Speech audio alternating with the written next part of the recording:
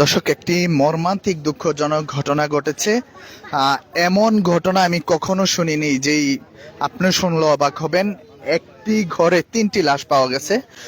আমরা এই মুহূর্তে আছি কুমিল্লা জেলা হোমনা উপজেলা ঘাগুটিয়া গ্রামে আছি আমরা। এই মুহূর্তে আপনাদেরকে দেখানোর চেষ্টা করব। এইখানকার লোকজন কিন্তু আপনারা দেখতে পাচ্ছেন, অসংখ্য লোক কিন্তু ভিড় করে আছে। কি হয়েছে এখানে, ঘটনাটা একটু বলতে পারবেন? না, বলতে পারবো না। আমরা সকালে যাচ্ছি। কি শুনছেন? সকালে শুনছি কান্দাকাটি করতেছে অনেকে। কান্দের দিকে দৌড়াই আইছি, আইয়া দেখি তিনজন ওই খাটে শোয়া। তিনজনেই খাটে শোয়া। কি মৃত? মৃত। এমনি কোনো স্পট দেখছেন? এমনি স্পট মুখে আছে, তিনজনের মুখে স্পট আছে। তিনজনেরই মুখে আছে। দর্শক, আমরা এই মুহূর্তে আছি কুমিল্লা জেলা হোমনা উপজেলা ঘাগুটিয়া বড় ঘাগুটিয়া গ্রামে আছি।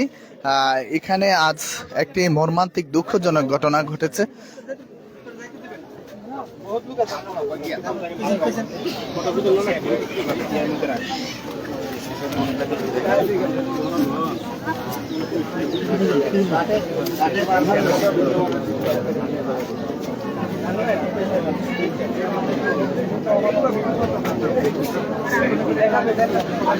এই কাশেম ভাই ভালো আছেন?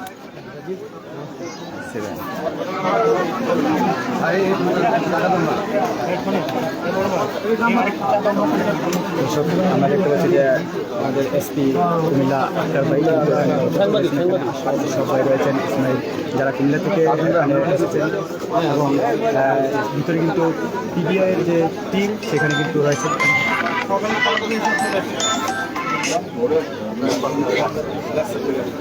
হ্যালো, তোর বেলার গোষ্ঠী মারি, তোর ফোন দিতে গেছে হন ফোন রাখ, লাইভের মধ্যে ফোন দেশ।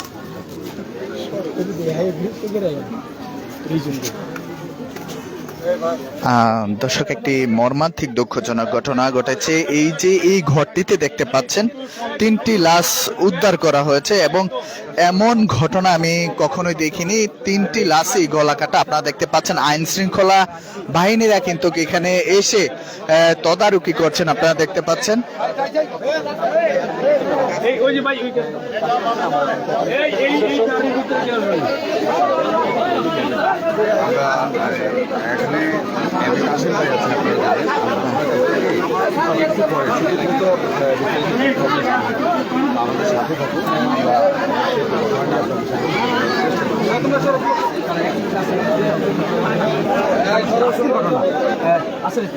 আজকে সকালে কি দেখছো সেই ঘটনা দেখতে দিতে আমাদের।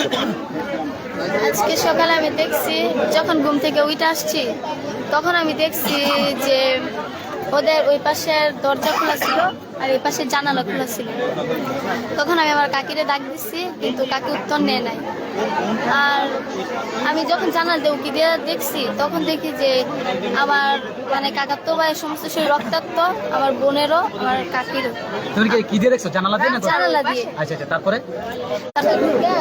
তৃষা, কাকি, তারপর শাহাদের সমস্ত শরীর রক্তাক্ত হয়ে আছে। ওরা কি মারা গেছে জায়গা হতো।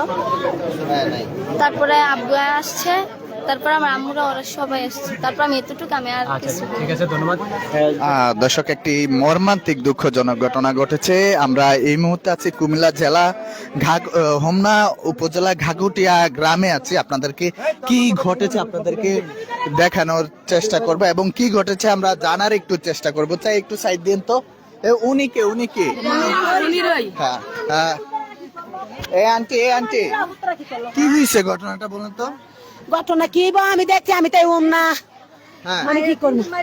আমি খালি সন্দেহ দেখছি, রাইতে স্বপ্নে দেয় আমার ভূতের বউ, গরমে আয়বদার ভূত, মোর মধ্যে সিদ্ধা ধরে কেউ আমার বউ তো ডক মনে তুই যে একলা যাস গা, গরমে বেড়া খায় না।